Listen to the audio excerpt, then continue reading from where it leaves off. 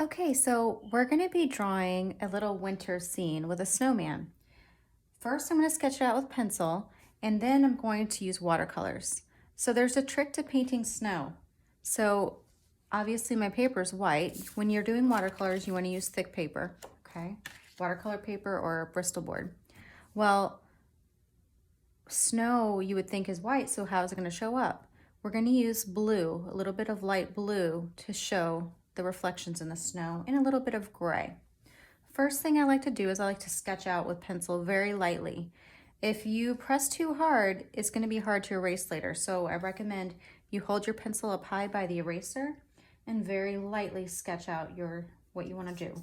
So for a snowman, we're going to do circle, and then another circle a little bit bigger, and then another one a little bit bigger.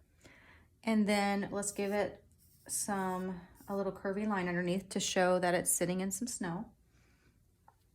And then the next step is maybe let's do a horizon line. Horizon line is where the land meets the sky. So maybe make a wavy line, maybe it's hilly. And then we're gonna add a pine tree right here. You're gonna make a straight vertical line. Feel free to pause this video at any time. If you want to see more of my art, my website is celestepalette.com.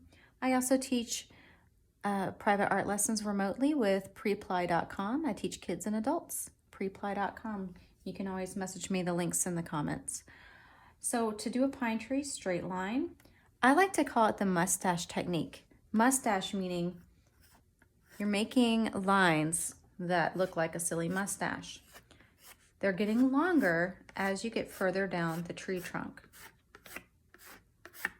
And then a little trick after that is to show the pine needles. Think about eyelashes. We're going to make eyelashes on each side of these branches. Once again, you're going to notice they're getting shorter as you get closer to the edge. Remember, you're going to draw very lightly because you don't want to see the pencil as much once you paint over it with the watercolor paint. The supplies you should have out when you're going to draw and paint, you should have your pencil, eraser, pencil sharpener, a cup of water to rinse your brushes, and your paint, and of course your thick paper. So we're adding the texture. Texture is how something looks like it feels. So we've got a little pine tree.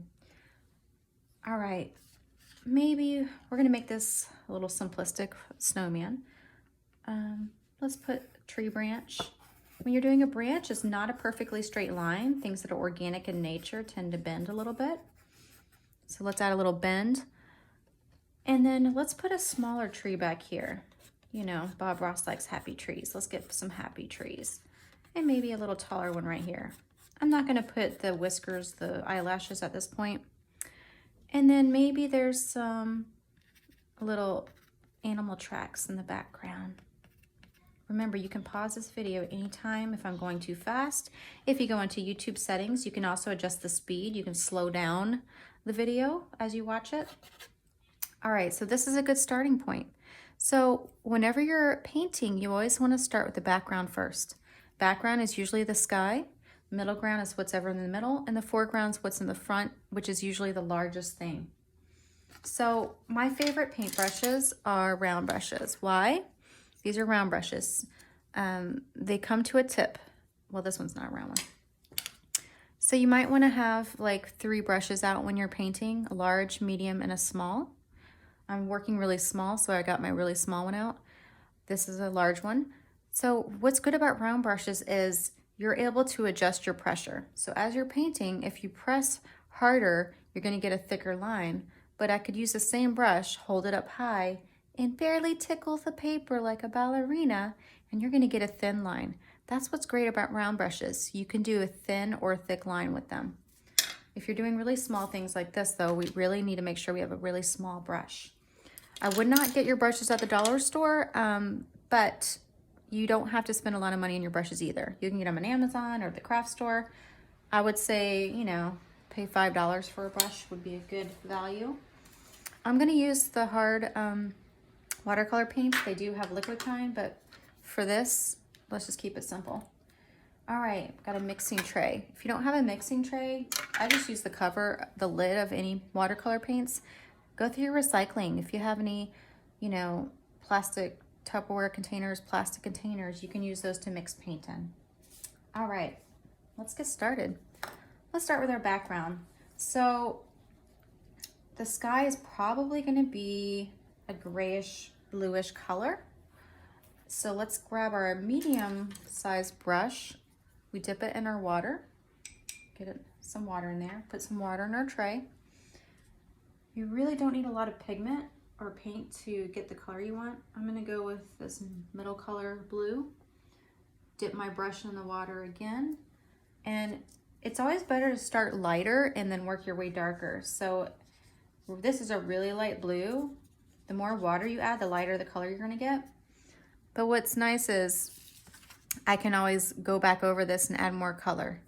Since I just wet all of this, if I went and got more pigment off of and dipped it in my paint over here and just touch it, look what happens.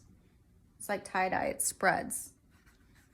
So because it's still wet, I can easily just go straight back into the paint and just kind of rub around and it'll smear. Try not to get it on your white snowman. So there is a technique if you are worried about getting your snow and your snowman getting paint on it.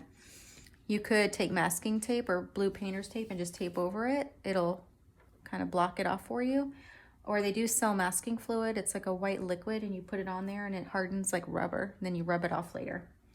I'm just gonna try to be careful and try not to bump on there. Because we want contrast, that means drastically different colors, I don't want my snow shadows to be the same color blue as my sky. So why don't we add a little purple into our sky? Maybe it's a night sky. Get a little purple paint over here. And I'm gonna ombre it. That means it's gonna fade out. So it's darker, purple starts up top and then it's fading.